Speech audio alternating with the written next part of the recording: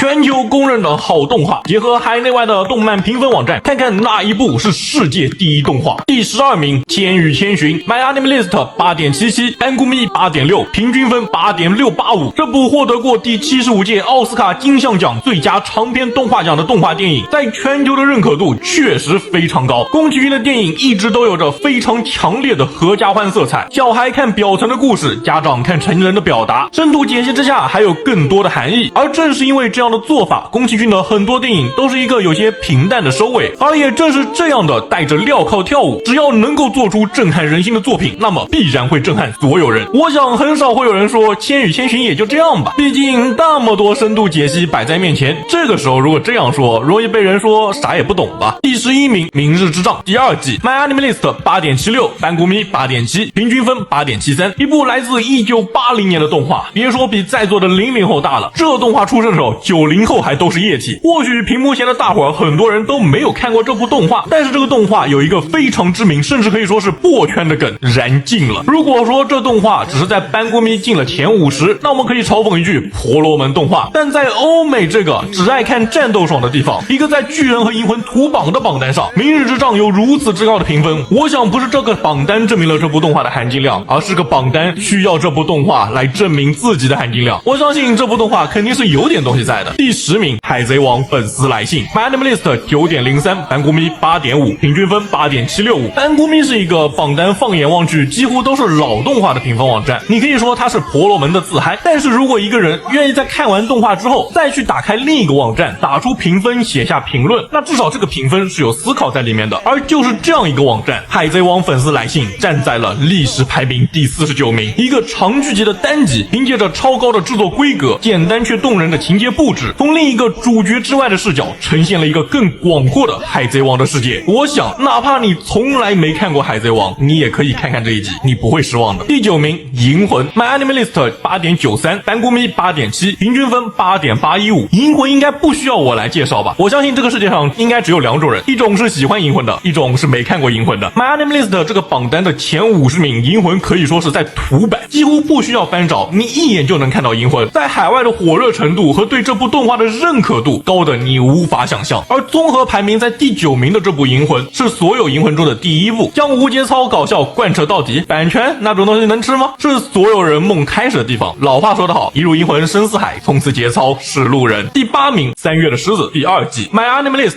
8.9，班古米8.8，平均分8.85。这部动画安静却一点也不祥和，它似乎讲了很多东西，但好像又只是在讲少年自己。你可能没看过这动画，但我可以向你保证，3月的狮子绝对是一部好动画。故事以降级为明线，人际关系为暗线，以平静的搞怪讲述时而温馨时而冰冷的故事。看的时候你仿佛置身于一片泥沼，无法挣脱，在一种略带不安的情绪里回过神时已经看完了。据说新房昭之之所以会担任这部动画的导演，还是因为漫画作者本人要求必须要新房来导演这动画。哦对了， FGO 里面的奥伯龙的画师就是这个漫画家。第7名，银魂一撇， My Anime List 9.02，班古米8.7，平均分8.86。这个银魂一撇是2011年4月开始连载的银魂剧集，承接的上一部从202话开始播出，动画依旧是一如既往的风格。刚才已经吹过一次银魂了，这里咱们讲点别的。在班古米这个网站里，很少会有人像点外卖一样爱看满分不爱看0分的去评价动画，所以不太会像 My Anime List 上那样一个动画图版的情况，也不太会出现小破站那样9分才算能看的动画的情况。所以在这里银魂2部挤进前50，可见前2部有多么精彩。第6名，进击的巨人第3季 Part 2， My Anime List 9.02， 班古米8.7，平均分8.86。这可是巨人啊，论热度那是顶流，论制作那也是顶流，论剧情那也是一环接着一环爆爆爆，高潮迭起，经费拉满。而在这一阶段的巨人更是把前面说到的优点全都做到了极致，成为了一个真正意义上的6边形战士。在未来或许会有更多的动画超过这个巅峰，但在这一刻巨人真的震撼了所有人。第5名，银河英雄传说， My Anime List 9.02， 班古米8.8，平均分8.91。又是一个很老的动画，这动画播出时间是1988年。说实话，这个实在是太长了，又很老，凯奇也没看过。但是这动画能在2个榜单里全都获得超高的评价，那肯定是有点东西的。班古米历史第14，周围都是 EVA、宫壳机动队这些你都不敢说不好的动画。My Anime List 历史第10，周围全都是银魂、猎人、电锯人这些热度顶级的新锐强将动画。在这2个完全不同的讨论环境中都名列前茅，恐怕看过的人都被这个动画折服了吧。第4名，命运石之门 ，MyAnimeList